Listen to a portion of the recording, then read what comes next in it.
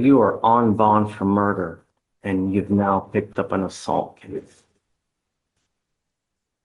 You're facing up to a year in jail and/or a $4,000 fine. Okay, pause for a second. Did you catch that? The judge just reminded her of her right to remain silent. And yet, so many defendants ignore this golden rule. Quick question for you. If you were in her shoes, would you stay quiet or try to explain yourself? We're going to do probable cause. You have the right to remain silent. Anything you say can and will be used against you. Thank you, Your Honor. On April 27th, 2025, in Harris County, Texas, officers were dispatched to a disturbance/unknown weapon call. The complaining witness stated she is part of the nursing staff and that the defendant has been asked to leave on multiple occasions and refuses to do so. The complaining witness stated that the defendant was attempting to get her grandfather to sign over power of attorney to her, but the staff would not allow this due to the grandfather being diagnosed with dementia. The complaining witness stated that the defendant used force on the complaining witness to get her to leave the grandfather's room. The complaining witness states that the defendant put her hands on the complaining witness's face and pushed it back. The defendant was positively identified by the complaining witness and her Texas ID number. You say that there was any pain? She pushed in the face. This is an assault, right? There has to be some kind of injury or pain. She did state that she felt pain in the dim summary. Okay. Ms. Taylor, I'm going to find that there's sufficient probable cause to go forward with the case. Now, you're saying there's a bond violation in this case? Yes, Judge, it's in the. Michael, have you seen this? And how did you already get appointed to this case? Your Honor, I was appointed sometime very recently on this case. I received a text. I don't know what day it was, but I received It looks like it was the 29th, which was Tuesday. But how was he appointed a lawyer? I'm thinking when she was in the holdover. No. How is she, I mean, I don't understand. Well, regardless, I guess I'm glad that you're appointed because right now she's got bond violations. She was ordered by the magistrate. That, Judge. Whoa, that's huge. Getting your bond revoked means you're headed straight back to jail. No passing go, no collecting freedom. And remember, she was already on bond for murder. The fact that she picked up another assault case, that's like playing with fire and gasoline. What do you think? Should judges be stricter on bond violations or more forgiving if rules are confusing? I'm sorry? I wasn't aware of a BBR in this case. I actually have another BBR today before the court. I know that. Yeah, we got you. We'll deal with that one next, but you're on bond for murder. You were ordered by the magistrate to have a GPS monitor. You have violated those conditions. Unacceptable. I'm revoking your bond. She goes with you. No. Your Honor, if I may. Yeah. Your Honor, she just was released because I met her in the holdover earlier this week, and she could not have been out of jail more than a day, two at the most. Would the court allow her to leave right now to get the device? No. Did she not get the device? Judge, there was a conflict, that's why the DVR was submitted, felony, so the magistrate ordered bond conditions, but the curfew times were not aligning with the felony conditions. So what? I mean, you still have to abide by the conditions. I mean, what did they say the conditions were? I have the paper right there. I'm not asking you to say anything, Ms. Taylor. The only thing I want is I want my city protected. You're on bond for this serious case, and now you picked up an assault. I mean, you were ordered to have certain conditions. You must abide by these conditions.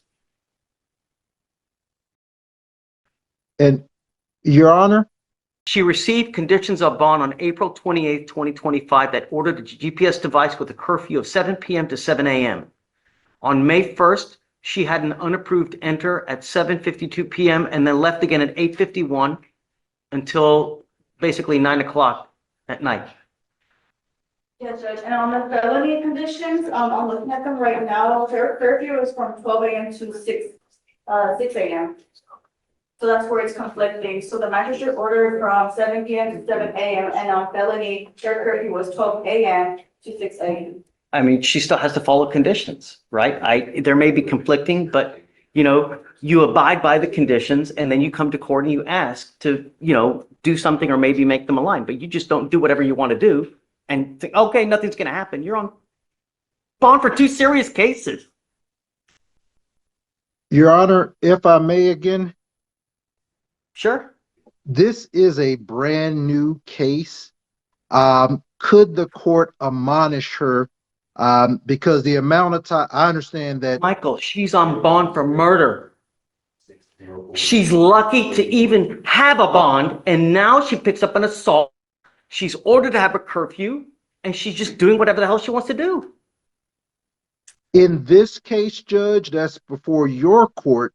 This is a brand new case, and this is her first time having any issues while on your bond, Judge. Would the court be willing to admonish her not to leave her home even for short periods of time? I don't know, Mikey. I don't know.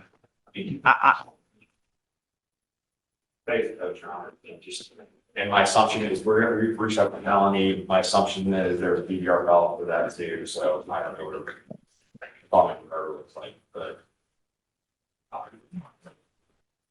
I don't know, Michael. I'm going to stew on it for a while. You Yes, want to Your talk Honor. about your other BVR? Or wait, hold on a second. Sorry, let me just finish with the arraignments. Give me 2 seconds and we're almost No done. problem, Judge. Good morning, Mr. Randolph. Good morning. So you're charged with assault, causing bodily injury. You're facing up to a year in jail and or a $4,000 fine. We're going to do probable cause. You have the right to remain silent. Anything you say can or will be used against you. You have the right to have an attorney present. If you cannot afford one, one will be appointed to you, sir. All right. The judge. Judge on. We're doing here. There's no reason for you to be looking out there. We're going to do probable cause. We have to find out what happened with the case. Judge, on April 23rd, 2025, an officer was dispatched to an assault call and made contact with the complaining witness, and the defendant. The complaining witness stated that he saw the defendant talking to and following a witness, and the witness then started to run away and observed the defendant to chase after the witness. The complaining witness then got in between the defendant and the complaining witness, and the defendant then struck the complaining witness with a closed fist. The complaining witness said he felt pain and then grabbed the defendant, and they proceeded to grapple until security arrived. The witness stated that she did not know the defendant and that her and her friend walked past the defendant on the street. The defendant then began to verbally harass them and started to get verbally aggressive. She asked the defendant to leave them alone. This judge is not holding back. Notice how he frames it. My city. That's personal. Judges sometimes use this language to send a message, not just to the defendant, but to the whole courtroom. Do you think this tough love approach actually works? Or does it just make defendants more defensive? And the defendant continued to refuse to do so, and that she began to walk away and to try and get away from the defendant, but got stuck at the intersection crosswalk.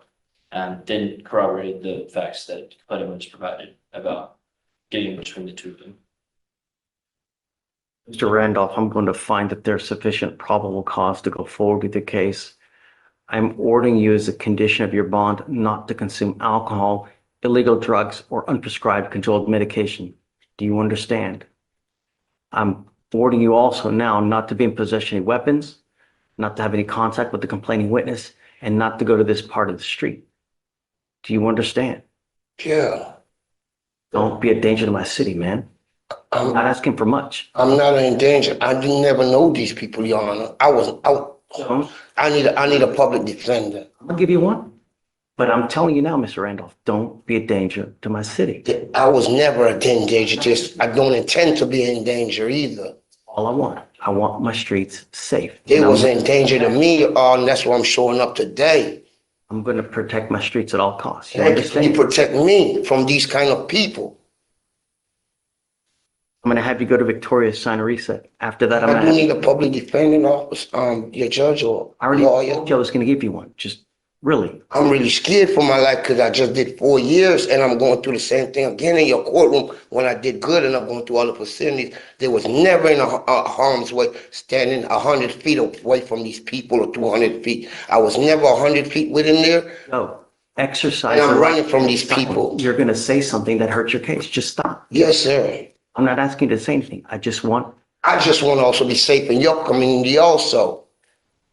don't use any dope. Don't use any alcohol. Never was. I was sober that day. I was sober as can be, no drugs, nothing. Enjoying a beautiful day for my mama's funeral. I know no rules. I don't know these people. Listen, just I'm going to have you sign a reset. I'm going to have you take your seat in the jury. Yo, I'm not done talking to you. Once you sign the reset, just take a seat in the jury box. I'm going to find your lawyer, but we need you to sign conditions. Don't leave until you sign the bond conditions. Yeah. Come on.